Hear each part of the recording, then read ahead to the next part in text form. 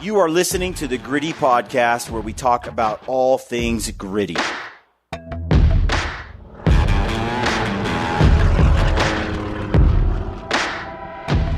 Welcome to the Gritty Podcast. I'm your host, Brian Call, and I'm joined today by Brad Hunt. And today we are back to the book, Crow Killer, the Saga of Liver-Eating Johnson. Yep. So we are a ways into the story. Last episode, the dude cut an Indian's leg off and escaped into the mountains. No shirt, just pants, freezing cold temperatures, travels 200 miles back to his cabin. Okay. And someone gave me crap because I said I didn't have a big aversion to eating human flesh. I should clarify. What I mean is, in a desperate situation, if survival means, killing your enemy and going to the extent of a little bit to survive. Yeah. I don't have like this. No, I'm not. You're not opposed to it. I'm not opposed. I'm like, it's practical, but I'm not saying I would go out and murder someone and eat them. Like that's a horribly evil thing to do. But I would definitely, if you're on a ship, like I remember watching, what was it? It was Moby Dick. Oh yeah. Basically the story of Moby Dick. The dudes are in the boat, and of course, the dude dies in the boat, and now the lone survivor has to decide whether he eats his best friend or whoever it was. It's been a while. Or does he just die too? And he starts eating the dude. Yeah. And I'm like, yeah, I have a wife and kids and a family and a life to continue to explore, and he's just going to rot. My buddy's just going to rot. I'd want him to eat me. To survive, vice versa. Yep. So that's what I mean. I don't have I'm not super grossed out by it either. You're not just a straight cannibal?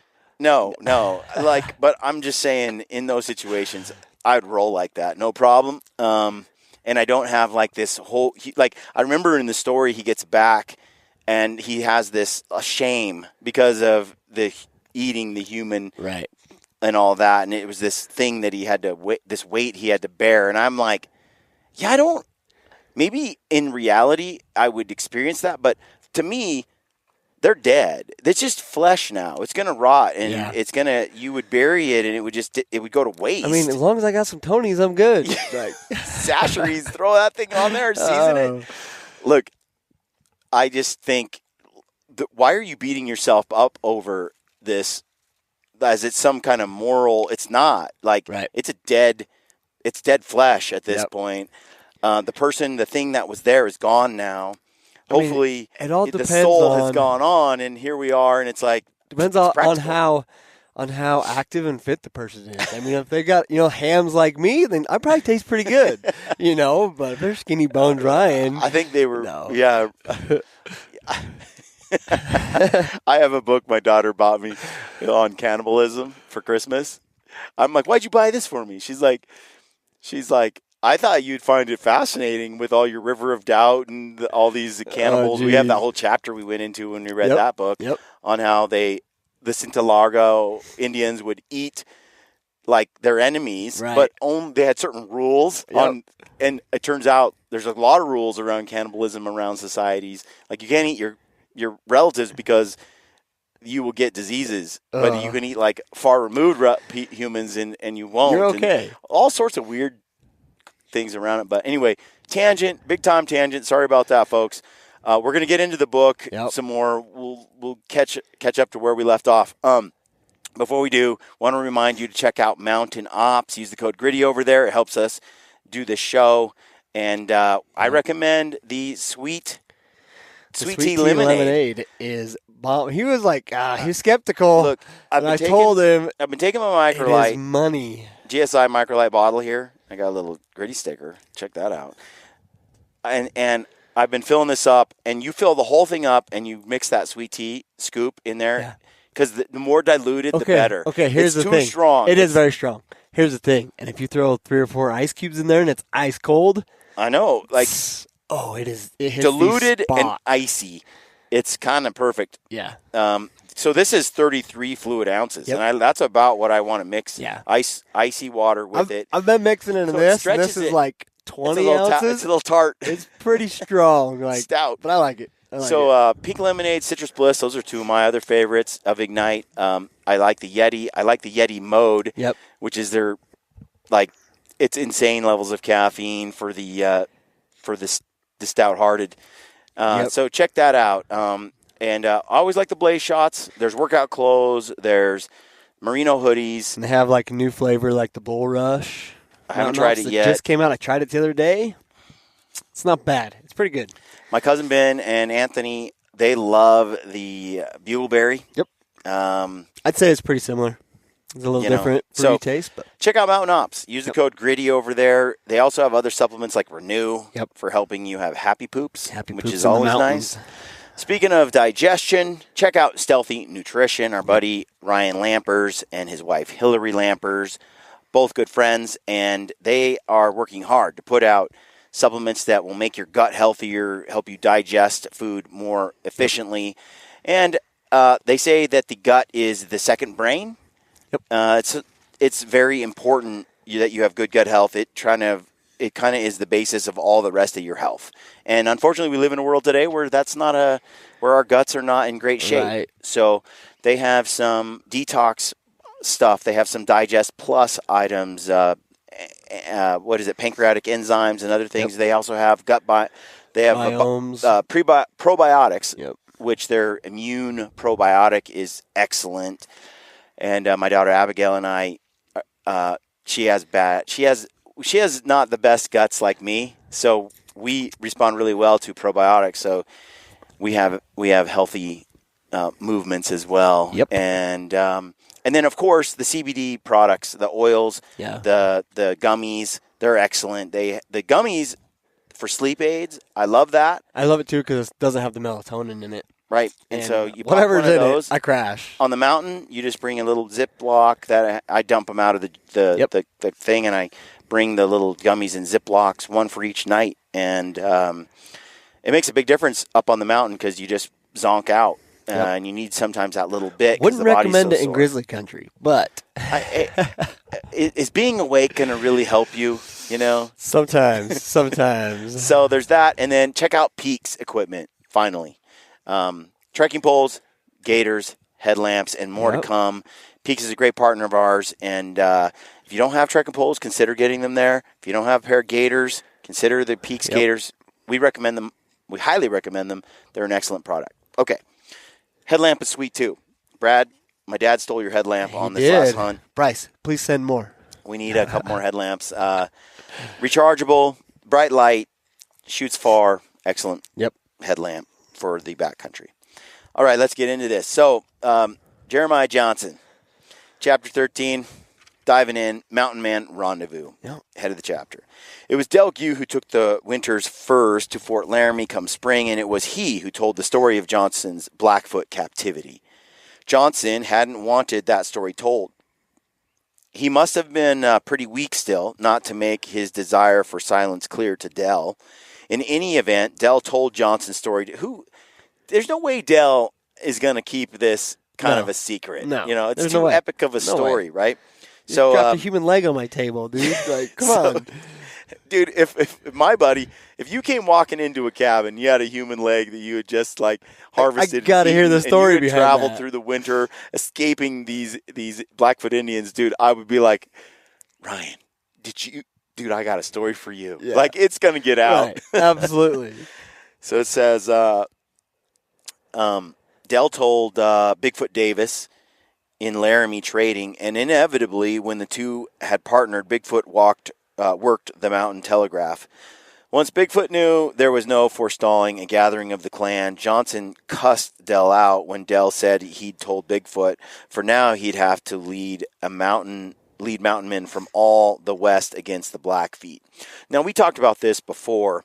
It's sort of like when someone does in your kin or your person, even the tribes, the retaliation has to come. Otherwise, the law of the wild, people they have to be afraid of the consequences of such an action, or you're just going to get taken advantage of. Right, you're walked on. Yep. You know, you might get beat in a fight, but you're definitely going to get beat if you don't fight. Yep. It kind of, when we talked about the flatheads, what was it? the Flatheads lost more warriors than the Crows did. Right. And the Flatheads were going to trade like 500 ponies for all the stuff that the Crows had gathered. Their tanning, their fine products that they produce. Well, because they killed the Flathead Indians' daughter, the chief's daughter, who was who had married Jeremiah Johnson, there had to be a reckoning. Yep. And none of them wanted it, so to speak, but it's like it just has to be done. Yeah. Yep. And so, of course, they attacked the Crow Indians, and they lost more warriors than the Crows. Lost 36 out of 50, something like that, 37, I think. Yep. But the out of 50, 49 that were there, so they killed most of them. But at the same time, I think they said the Flatheads lost 50 warriors. I can't remember the exact number. I know it was definitely more. It was more. And so that's a high price to pay. Yeah. To avenge one person, you lose 50 in battle. Yep. And they lose 37 lives. But what that says to the Crow and all the other Indians is, don't be killing a Flathead. Yeah. Or we're going to kill tons and tons of your people. Yep. So then Indian Brotherhood, like there's a I don't know what it is, a law of like vengeance. Right. I was just going to say vengeance for it. So now that they know about this story and how they treated Jeremiah Johnson, because apparently the way the Blackfoot treated him, not respectfully and all that, as a prisoner, like, glorified enemy, you know, the Crow treated him with more dignity than the Blackfoot did. And so now there has to be, they got to go on retaliation. So the rendezvous was set for a narrow valley some 5 miles east of Virginia City, Montana. There gathered 40 of the men who tore their living from the Rockies by means of rifle, revolver, and bowie. Some of them had known the trails for more than half a century. Some had ridden with Sublet and traded furs with Manuel Lisa. Their horses, their saddle blankets, their saddles too showed the range of these men's country, the tribes among whom they traded, the dead whom they had plundered. There were men in that gathering who had ridden 1,000 miles for that meeting, each sure that even in such company he could contribute fighting might. Each was heavily armed. Some carried as many as 4 heavy 6-shooters, and all carried their broad bowie knives in skin sheaths. Their sharps and hawken muzzle loaders they gripped across the front of their saddles. Prominent among them, astride his coal-black mare with the silky sheen, sat Anton Sepulveda from the Spanish Peaks. 6'4", his Comanche finery covered with Navajo beadwork, a trapper as proud of his Spanish heritage as of the fear he commanded from the Colorado to the Mexican Gulf. His flashing eyes and his tremendous black beard bespoke his volatile nature. His powerful hands, even as he stroked the black's mane, were those of an unexcelled knife fighter. Beside Anton Sepulveda, as always, on his half-wild stallion was Jose Milardo, Apache Joe. Together, they had been known to rout an entire village of Apaches, and Anton to pin the chief on his saddle with that 16-inch bowie. Whew. Bad hombres. Makes there too sat Anton's. Look like nothing. Yeah, there too sat Anton's competitor Mariano Modena from the Big Thompson, nimble, sleek, deadly, and on his dainty stepping roan gelding. Except on such occasions as this, Mariano and Modena took no partner in his trapping, no partner other than his famous Hawken in his endless killing of Indians. The white teeth between his mustache and his beard gleamed not in pleasure at having company, but in anticipation of blood. Grizzly, we're just going through a list of like mean mountain men. Grizzly Bill Miller, a Missourian astride a fiery Nez Perce pony, fingered the lock on his Hawken, but in fact his knife was the more familiar weapon to him. For Bill Miller, even a mother bear with her cubs was not to be shot from behind a rock, but to be tackled face on. Jeez. Like Bear Claw Chris Lapp, today too, Bill's business was gathering of bear claws. Senior Wyatt was there, a quick to kill when challenged, as to laugh when entertained, or to tell once again how he won such a name. His taste was for Latin girls, and when he tired of one and dropped her back on her doorstep, he swept another onto his saddle and killed what score of fathers, brothers, and cousins might pursue him back toward his hideout in the San Juans. Jeez. So he's a rapist. Yeah. Wind River Jake was there, whose back had once been so full of Sioux arrows as to look like a porcupine. Jeez. And Baldhead Pete from the Las Animas, scalped by the Pawnees when still a boy, but owner by now of enough Pawnee scalps, as he put it, to roof a cabin. Whew. And Mad Mose, another who had been crudely scalped in the massacre, he said, of all his family, but who, when he could capture an Indian, sometimes cut off his ears and let him live. Some bad dudes. There was Jack Ireland, Moe's close friend, Hatchet Jack, who dismembered and burned his Indian victims piece by piece. Most could think back on some personal tragedy which they must forever avenge. All 40 men were supremely to be feared, eager now to pay back the Blackfeet for humiliating liver-eating Johnson, for slapping him with tomahawks when his hands were tied. Now they awaited Johnson himself. So, like, just to put in perspective, it says the Blackfoot were known as one of the strongest and most aggressive military powers of the Northwestern Plains. So, like, they're bad dudes themselves. Oh. You know, one of the most harsh, battle-known Indian tribes. Which ones? The Blackfeet. Yeah. They were the Blackfeet were always warring with everybody. Yeah.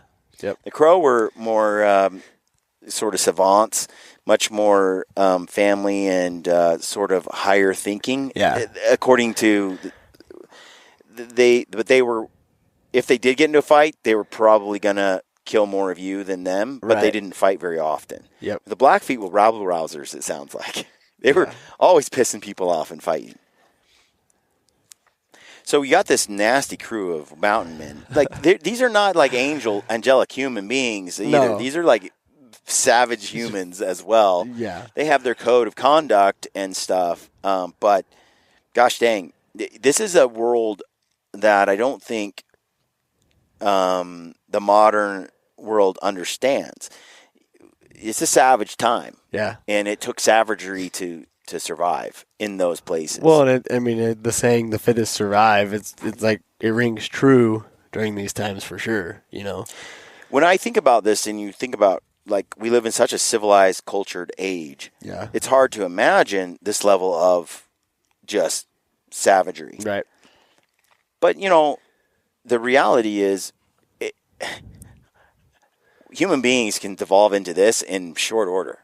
And if you look at like some of the things that happened in World War II, and from Japan, China, to the German front, you have some just satanic, horrible, and you have normal people who devolve into savages. Yep. It doesn't take much. We're all animals. We all got a if we dark don't side. Work at it. So going back to the book, it says they were waiting Johnson. Johnson was in Virginia City conferring with John X. Beadler, who had news of the wolf's whereabouts. So the wolf was the chief of the band that kidnapped him, that captured him, the Blackfeet, who disrespected him. Beadler was willing enough to talk with Johnson alone, but as chief of his town's vigilantes, he already had his hands full with local outlaws. He insisted that Johnson's 40 mountain men must stay put. Even so, Grizzly Bill and Big Anton nearly had the 40 men moving into town when they thought that Johnson had been gone too long. Their preparations to ride on the town were halted by Johnson's reappearance at the head of the valley.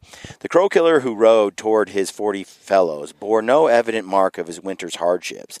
Already his huge form was filled out with solid flesh. His fine crow jacket and leggings fitted him as before. He was mounted on a racing black, and in lieu of his famous matched Colt and Bowie, he had a more than adequate brace of Remington 44 6-shooters and a butcher knife as large as a machete. Machete. Johnson's explanation of what he had learned was brief enough. The wolf's band was on Willer Creek by the Three Forks. Some 50 miles due north then was the mountain men's course. They dismounted to tighten saddles, cinches, and look to their equipment. Then, with a concerted whoop they heard in Virginia City, they remounted and rode toward the Blackfeet. Every man in that company knew the terrain over which they rode. None needed to tell the others where they might best look down on the Indian camp. On their third night out, they climbed to a hilltop. There they drew straws to see who would go ahead and scout. The lots fell to Mariano Modeno and Lobo Ned, the half-wild, half-breed tracker from the Gila River country. Modeno and Ned set aside all but the one essential weapon, their knives, and crept into the darkness. Their companions dismounted and waited, some checking their pistols, others honing knives to razor sharpness, the rest simply staring toward the Blackfoot camp. Mariano Modeno came back first with 2 dripping scalps and the advice that the camp was now wide open to attack. It's going down. That's just like these guys are just assassins. How many there are? Asked Johnson. 70 minus 2. So 68. Minus 2 because he just killed them. Yep. Modeno's answer was quiet yet pronounced so as to carry to all the circle of fighting men. And one of the guys translated for Apache Joe, apparently. And Lobo Ned now came out of the darkness, joining the rest only as they mounted their horses. They had expected no further news of him, and he had none. He had found only Modeno's dead sentries. There was no purpose now in delay. The hour was late. Those who had mufflers for their horses' feet had long since laced them on. Indeed, some of the mountain men were already on their way to the Blackfoot camp before Johnson gave the word. They moved in remarkable silence, but broken but barely and slightly when a horse's foot struck a rock. Modeno moved forward among them to lead the way and held up only a scant 300 yards from the camp. Now they regrouped compactly. Johnson looked at the men who had gathered around him to wipe out his enemies. Senior Wyatt was unconcernedly rolling a cigarette. Big Anton, talking quietly to Apache Joe, twisted gently at his handsome black mustache. Only Mad Mose glared ferociously ahead, hatchet tight in hand. The Crow Killer struck his mount one smart slap with his open hand. His black pony leaped forward. The blood-curdling yell of the mountain men rang as they struck the sleeping camp. 10 minutes later, the trappers had piled wood on the Blackfoot night fires till they lighted up the whole creek bottom. A few mountain men were still straggling in with the scalps of Indians whom they had to chase on foot.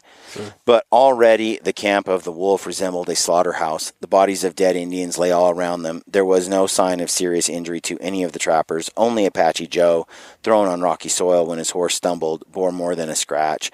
Liver-Eating Johnson was still to be accounted for, but there was surely no real concern to be felt about him. 69 scalps lay now in a pile for him. Jeez. Like, just went in there and cleaned house. They had 40 mountain men. Yep. They have 69 scalps. Yeah. It means when they rode in, they just dominated. Yeah. They just killed so quickly and efficiently that the Blackfeet didn't even. Yeah, so it says here the Blackfeet tribe had many enemies, including the Cree, the Assiniboine, the Sioux, the Crow, the Nez Perce, the Shoshone, the Flathead, but their biggest enemy was the white men who they called Big Knives. Long knives, big knives, Yep. yeah. Yeah, they're talking about the bayonets. Yep. That they would put at the front of their guns. Correct. Their rifles and muskets. That was back from, the early 1700s. Yep. When they named the white men long knives from the earliest known like settlement when they were coming across, yeah. Back when, it was still the British. Later, then you had the French and the Spanish show up, and then you had the Revolutionary War, all of those things. And here, this is pre-Civil War, but This is now mostly all owned by America. Yep. We bought out the Spanish and the French, or beat them back. Mostly bought out the French. Just before daylight, Johnson finally showed up. 69 scalps. His night's conduct was unimpeachable, for under his arm he bore the head of the wolf on his belt, the scalp lock. So he killed the wolf and he took his scalp. Over Johnson's shoulder were his own old scabbards with his famed machete, rosewood-handled Walker Colt, and Bowie knife. So it says right here, Apache, something happens. Big Anton turned urgently to his companion. He pointed to a small clump of trees. Apache Joe was off like a shot to return a few minutes later with a slim box elder sapling tightly trimmed and sharpened. Half a dozen knives were already breaking ground for the planting. Johnson rammed one sharpened end into the loose earth and impaled the head on the other. His companions tamped dirt about the base. So they basically took the scalped chief's head of the band and stuck it on a post among all the dead Indians. All right. They sought vengeance, and they mostly got it. What happened to the one other dude that didn't go down? Because they got 69 scalps, right? Well, I guess that's probably the head of the... Yeah, dude. Would be 70. Did they kill them all? Like, kind of leads you to believe that. Now, keep in mind, this is all passed down from generation to generation, right. Stories told by other mountain men and then embellished and changed. And this is a verbal history retold and pieced together. Yeah. But also corroborated with the native people as well in many ways, many times. But this is the story. The sun's first long shadows were spotted over the wild, rough land as the mountain men finished their task. Only those who had acted in this last of their ceremony were still afoot. The rest were ready in their saddles. Liver-eating Johnson looked at the pile of the scalps, which were his, and Delgue set to gathering them up. And in a moment they would be alone, but first Johnson must state his thanks. He was obliged. He told his disbanding company, and they should let him know if they ever needed such help from him. Some of the mountain men grunted. Singly or in pairs, they rode away toward their own special stomping grounds. Anton Sepulveda and Apache Joe were the last to leave. No hemas, Johnson told them, there are no more to kill. Que lastima, said the huge Anton, more to Joe than to Johnson. Usted lo tiene, was Joe's, I don't speak Spanish, folks, the road, and then they rode off, turning their saddles to cry Ventura. Johnson had taken his own private vengeance against the wolf, but when today's allies did indeed ask them for help on other such expeditions against the Sioux or the Nez Perces, they would not leave him so to himself. Having shown them his precision with a skull and a box elder, he would be required to direct the head pulling. He would even be commanded to eat the liver of a Sioux. So, these wild, savage humans, fierce fighters, all of them, they did their thing in revenge after how they treated him when he. So you're talking about when they say the Wild West. Yeah, they're seriously talking about just a. I think people are out of touch with what it was that they were doing. Yeah. To survive. And well, I mean, you don't only have, you're fighting against people, but all the elements. Like, keep in mind they don't have fancy technical gear that we have, to survive and stay out there. There's a reaction that occurs. I mean, in this fight, for example, on what goes on and how they did this. I mean, who knows if they were all drunk with whiskey too? Right. Who knows what the story is? Some people function better when they are. But he wipes them out. Now, this is going to cause family members and others to decide: do we want to go back and hunt these white men, or do we just want to say, okay, fine, we're even now? Yep.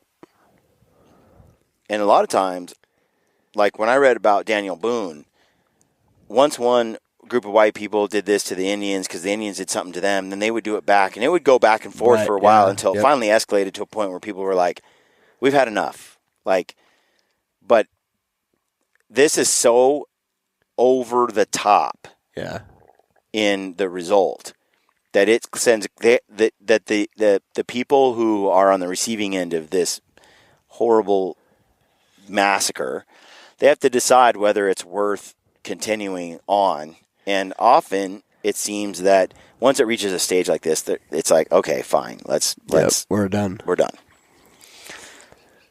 By Del Gue's account, Liver-Eating Johnson got into the Civil War as soon as the Indians in his stretch of country seemed bent on peace for a while.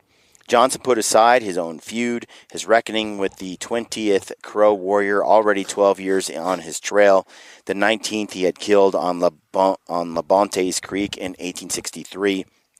One may decide for oneself what were the full set of motives for Johnson staying out of the Army as long as he did, and for joining up at the age of 41.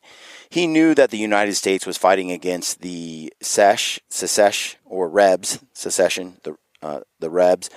His decision, as the story is handed down, would seem almost too simple. He enlisted when the war seemed to him the best fight going on. On February 24, 1864, Johnson and a band of young trappers who'd headed east with him joined the Union Army in St. Louis.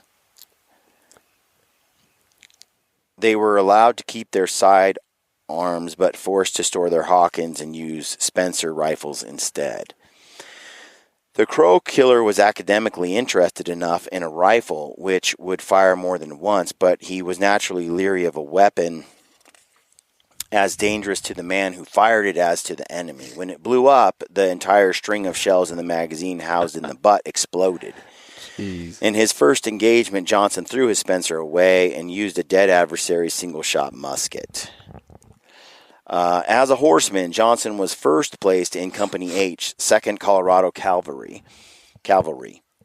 His special skills once known, however, he was delegated as sharpshooter and apparently won himself on this new stage another reputation. Yep.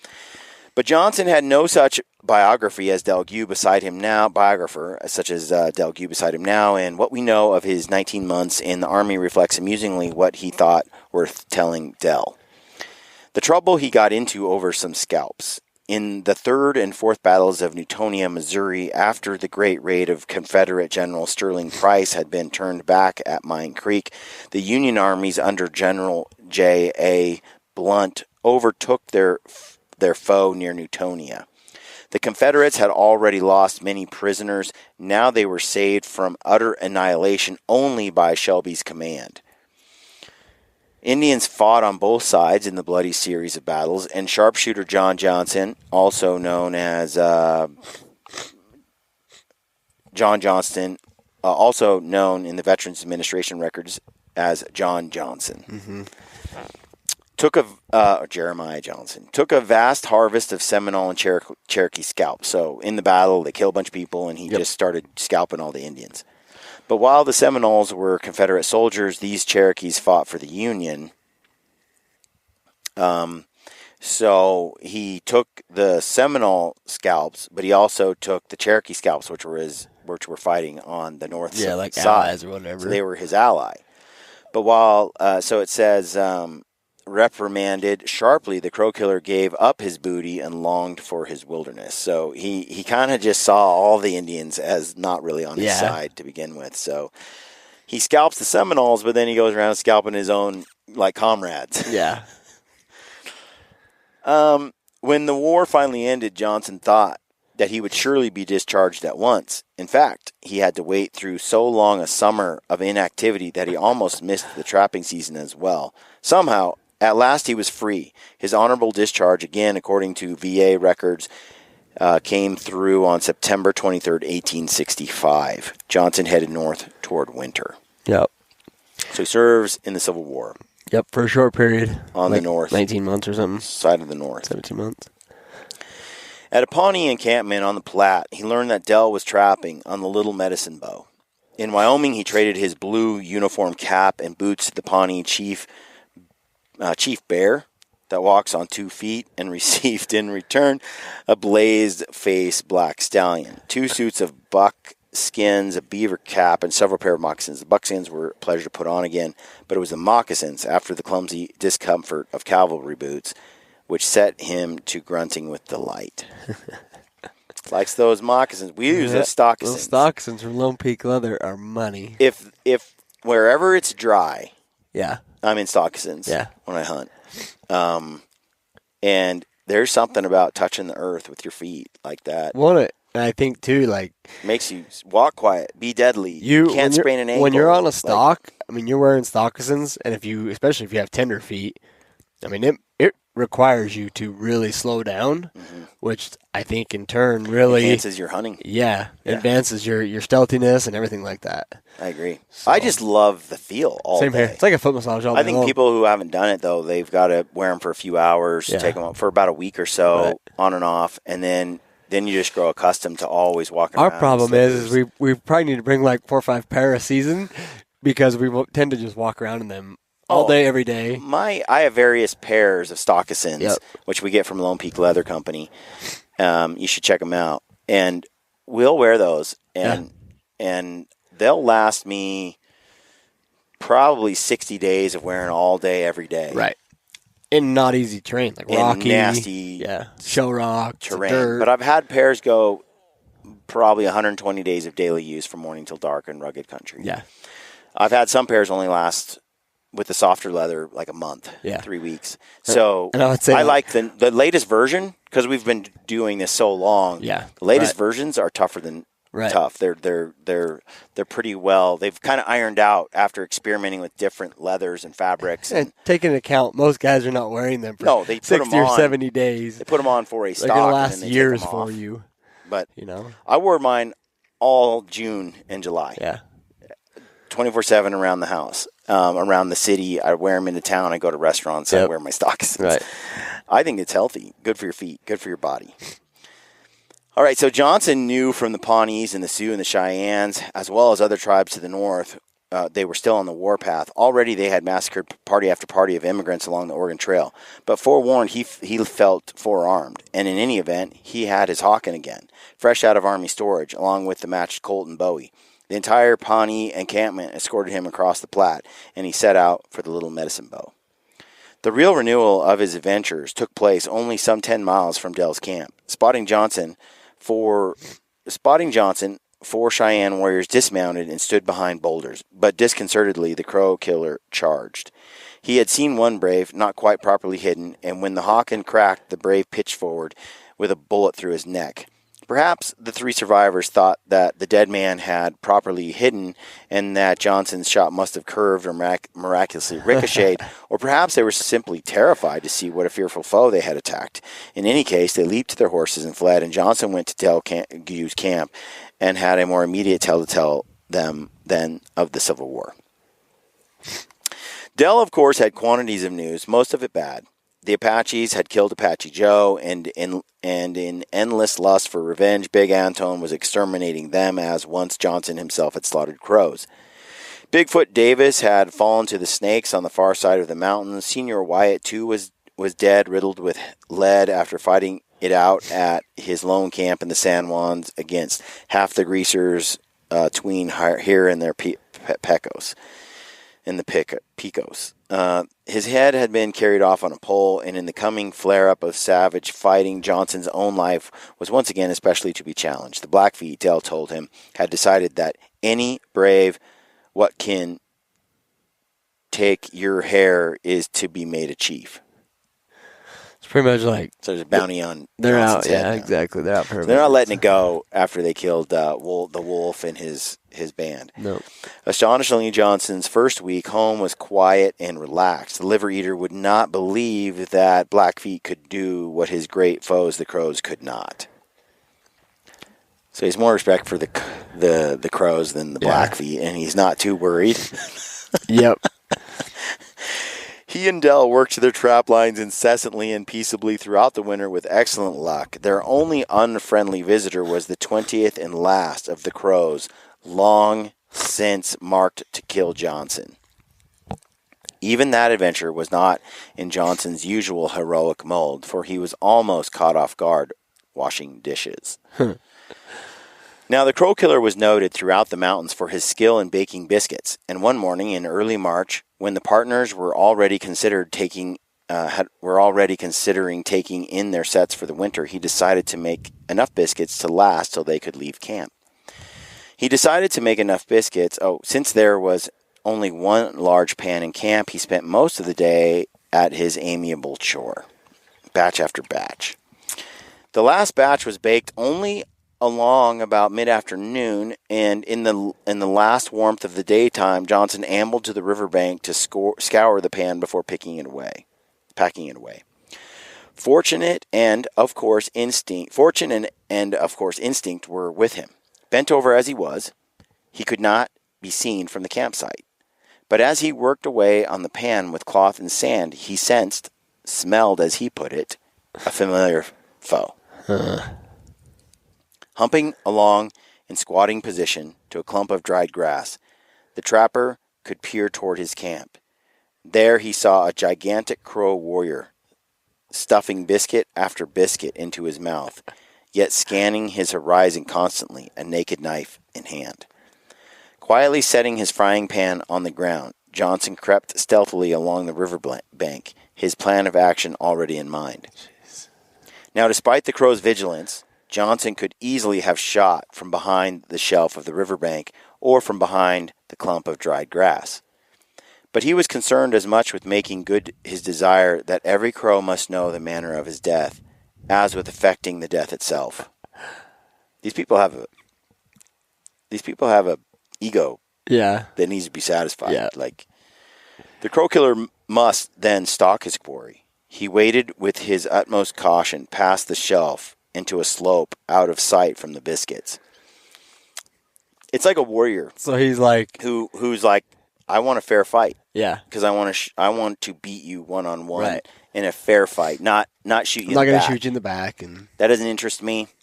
I want a real fight. Well, and it's like they have like you said, the ego, but there's a portion of confidence there that it's like he knows he's going to kill the Crow warrior, but he's like, he wants the Crow warrior to know that he's going to die. Yeah. So it says he waited with utmost caution past the shelf into a slope out of sight from the biscuits. Before Johnson could reach him, the warrior had time pretty well to spoil the week's planned catering. Then suddenly, as he stooped for yet another biscuit, he was propelled violently upward. Even as he was in the air, he must have sensed what enemy had so surprised him, for though he came down balancing on the balls of his feet and whirled, knife in hand, he had already begun his death song. Jeez. He could not have begun later. The Crow killer's bowie was at once buried into his chest. Jeez. So he snuck up on him, like kicked him in your face. Johnson spared Delgue another witnessing of his rights with the liver, but of course the biscuits he was warming for Dell's supper when his partner returned were precisely those stained by the dead Crow's blood. The Crow's mutilated body still lay by the fire. "Nothing for me, liver-eatin'," Dell begged. "I kilt me a couple of sage hens down the river." "Sage hens my foot," said Johnson, and for a time he insisted on detailing his own supper of warm biscuits and warm liver. But at last, letting up on his partner, he fell silent, and Dell could reflect. "Good heavens," said Dell. "This our number 20? This is number 20? Johnson nodded. "On your trail for 10 years, near 14, Johnson told him. Struck by the similarity of their thought, the partners fell to discussing the Crows. Even more admirable than Crow hardihood, they agreed, was Crow tenacity. For a warrior to spend so many years away from his family on such a death trail was marvelous indeed. Yeah. The partners spoke of how many times he must surely have hidden near his village to spy upon his family and watch his children grow. They considered, too, how as one by one the others of the chosen 20 had died. Loneliness must have come upon him more and more. For 3 years now there had been no fellow tribesman to whom he could speak. He had grown accustomed, no doubt, to warding off for himself all physical hunger and cold, but the hunger and cold in his soul must have passed all bounds. It was Dell who said, "I'm sure glad that's over." He stared bleakly at the brawny corpse before them and traced the slit in the abdomen with a dried weed. Even Johnson had no more fun to make of his partner's queasiness. Quietly he cut the 20th notch in the rosewood handle of his bowie. Dell apparently felt he must say some good word for his partner's special habit. "They's a doctor at the fort says liver gives people strength," he said. Never hurt nobody, the liver eater agreed, but he turned the conversation more or less away from the day's blood. I'll be baking biscuits again tomorrow. So I was reading, because I was interested, like, why the liver? Yep. And so what it talks about is it says on the site here, it says the liver is especially important to the Crow people as they believed it necessary to enter the afterlife.